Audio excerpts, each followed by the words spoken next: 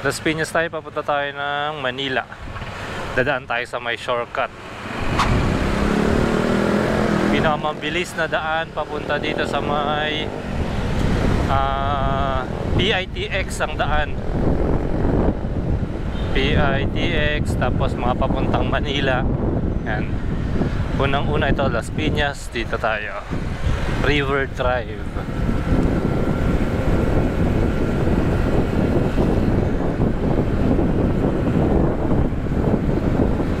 Babaybayin lang natin tong River Drive. Tapos mamaya ang labas natin PITX na. Grabe yung ano, tubig pa, brown na brown. Mocha na mocha. Buti nga hindi na nag-uulan din ngayon. Tapos kakaliwa tayo dito. Papasok tayo ulit dito sa may isa pang karugtong ng River Drive.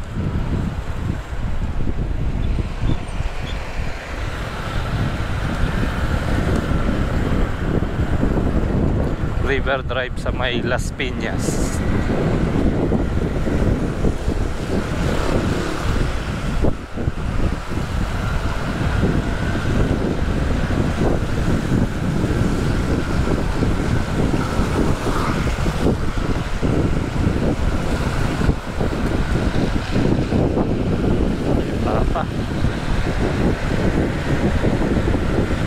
May mga konting baha pa pero nadadaanan na rin naman. Ngayong araw hindi na masyadong nag-uulan eh. Tulad yan, no, may liwanag na, may araw na. Di tulad ng mga nakarang araw, kahapon, talagang basang-basa lagi. Hindi makapagpatuyo ng damit.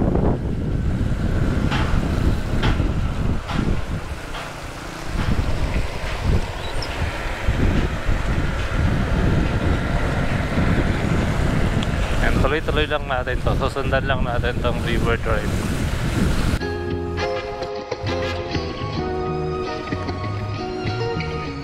May mga nakalagay dito, no overtaking, stay at your lane. Mahirap mag-overtake dito, baka mag-overshoot ka dyan. Shoot! Shoot agad sa tubig. Kasi mga kurba-kurbada rin siya. Tapos medyo makitid ang daan. Kaya pag nag-overtake, pwedeng mag-shoot doon sa tubig. Left and right yan, tubig pareho. Malapit na tayo sa may expressway, pero hindi naman tayo dadaan ng expressway at tayo ay bawal. Babaybayin lang natin itong gilid.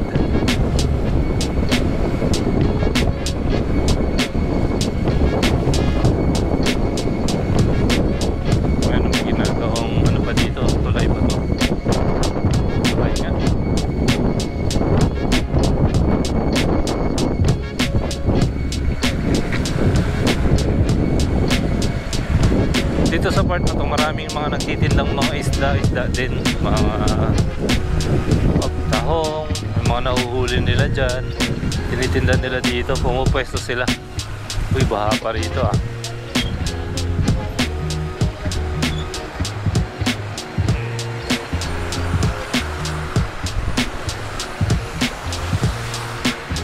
Pero hindi naman sobrang taas.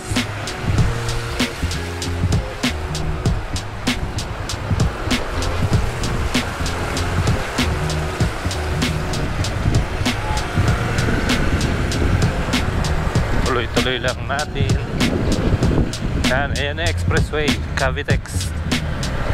Sa left side natin ang Cavitex.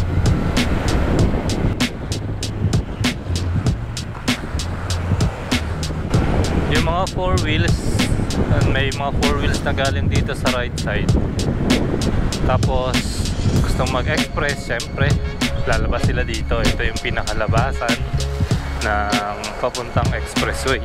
May butas siya.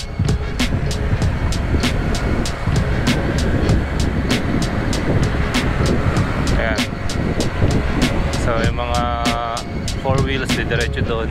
Dito tayo mga motor sa right side.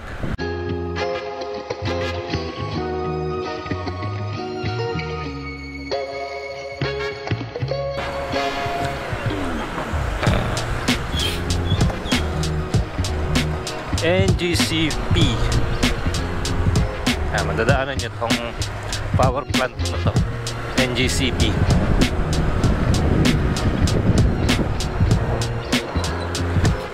Mabilis tong daan na to, lalo na pagka magaling kayo ng Cavite, Tagaytay, tapos papunta kayo ng Manila. Ito pwedeng daanan pag naka motor, mabilis lang.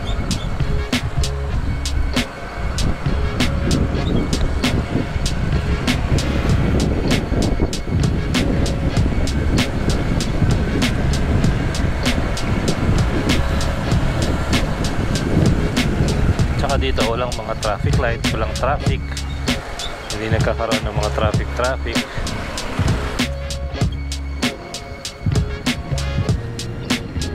Makikita nyo rin itong parang nasunog na ano ba to, na building.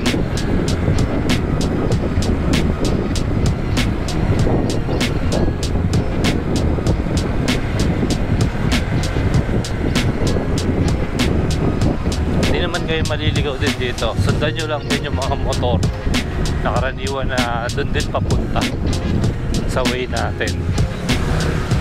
Mga paluwas yan ng Manila papunta ng DITX, ganun, MOA.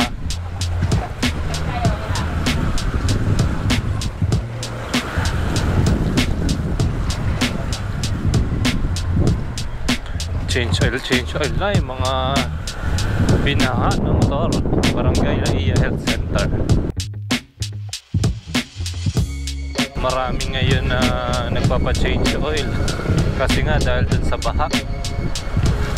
Change oil, linis pang gilid, kinakailangan yan para ma-maintain natin yung mga motor natin sa maayos at running condition. Mas mahirap na pag bigla kang terikan sa daan, diba? Yung pala, puno na pala ng mga dumi dun sa loob ng iyong panggilid.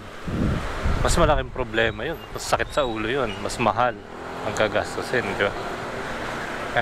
Habang maaga, pag nailusob sa baha yung motor, ipa-change oil na yung motor oil saka gear oil, tapos palinis na rin ng panggilid para sigurado. Kasi hindi man natin masabi na hindi pinasok or hindi pinapasok ng tubig yung mga motor natin. Anyway, may mga nakakasingit pa rin dyan dahil tubig yun eh, tubig baha. Yan. Lapit na. Medyo baha, slow down.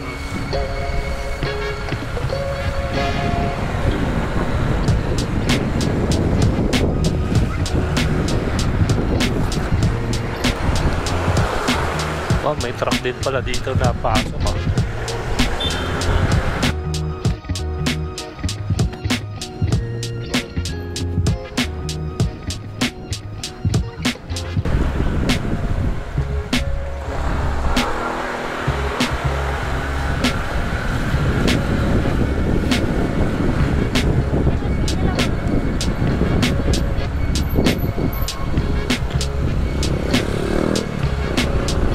Kaliwa tayo dito. Tanaw ulit natin dito yung expressway, yung Cavitex, pero hindi pa rin tayo lalabas dyan.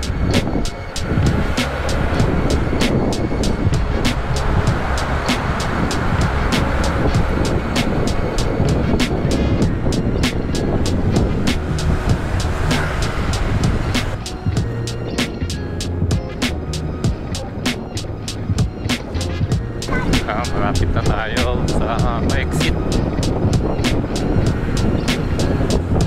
Pag umexit tayo dun sa dulo, ang labas naman natin nun ay yung Bulungan Market.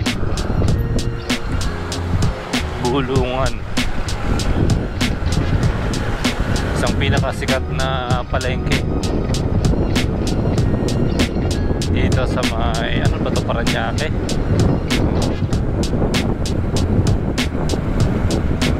Bulungan sa Parañaque, parang yun yata yung pangalan nun. Na ang naging practice dati is pag bibili ka ng mga paninda nila na mga inaangkat nilang seafood dito sa ano, sa may yung mga inaangkat nilang seafood, yan, ang presyo ay ibubulong mo kung magkano yung kuha mo, benta mo, at saka siguro doon na rin yung tawaran, parang ganun. Bulong lang, bulungan.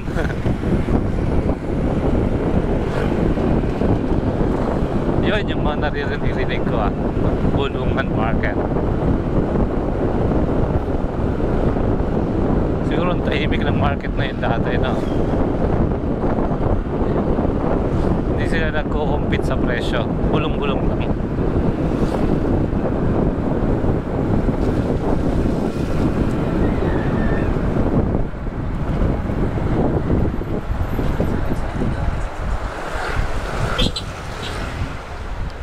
Ayan, paikot na tayo dito ngayon.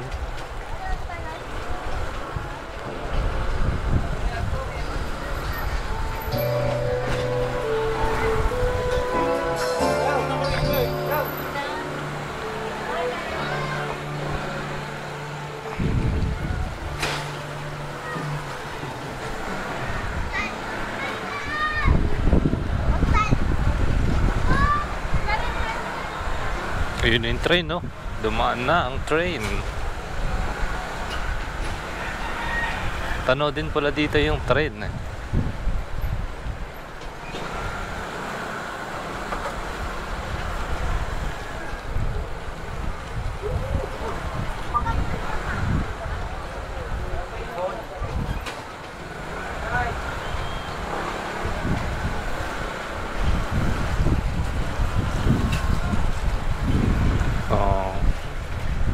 Kitang-kita ang train.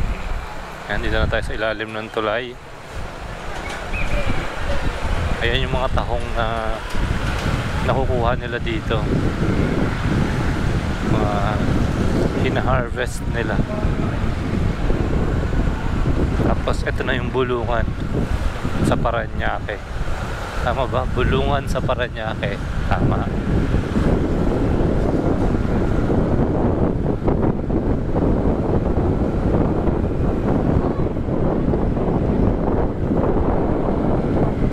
Paglabas na natin, may PITX na yan. Ang bilis lang, di ba? Hindi pa tayo nagmobilis paandar ng motor kasi nga medyo basa-basa yung kalsada. Kaya sway-sway lang. Pero nandito na rin tayo kaagad. Ayan. PITX. Yan, sa likod ng building na yan. Oh, yan na rin pala yung building na yan. Nandyan, sa harapan na. PITX na yan. Dadaanan din natin. Terminal ng bus.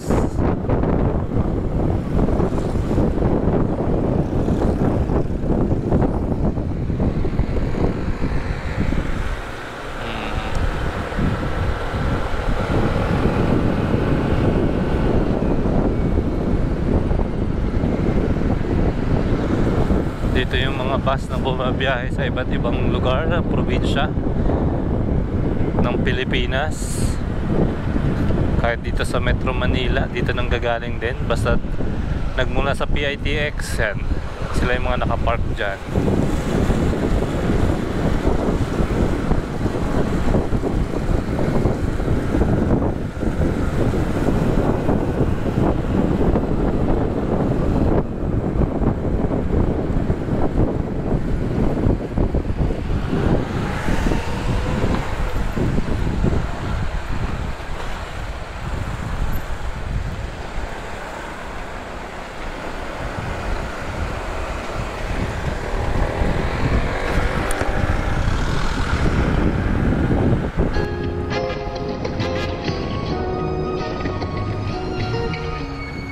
Dito na rin tayo sa may PITX. Dito sa right side yung mga pasukan papuntang PITX. Yan, sa susunod na kanto.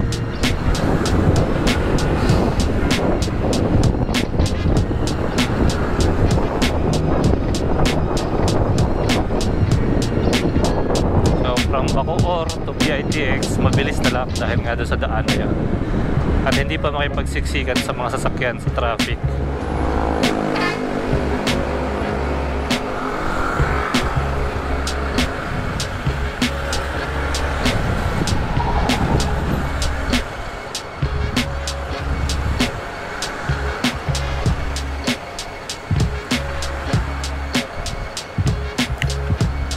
PITX.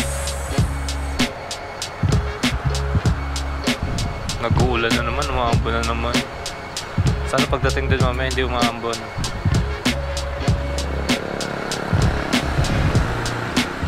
Uy, ayun. Kala ko nagmamadali si kuya eh.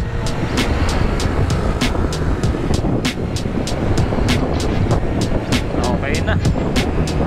Maraming salamat sa inyong pagsama dito sa ating shortcut papunta PITX at daan papuntang Manila. Kaya dito na yun. Dire-diretso na lang natin to. Papunta ng Manila, papunta ng ano ba yan? Divisoria, Luneta. Dire-diretso na lang yan. At sa Senate. Ay, nabot tayo ng green. Thank you so much. Sa susunod ulit na ating mga biyahe, pag meron tayong mga kakaiba at mga shortcut na daanan, papakita natin ulit sa inyo para mas mabilis ang ating biyahe, di ba? So let's go!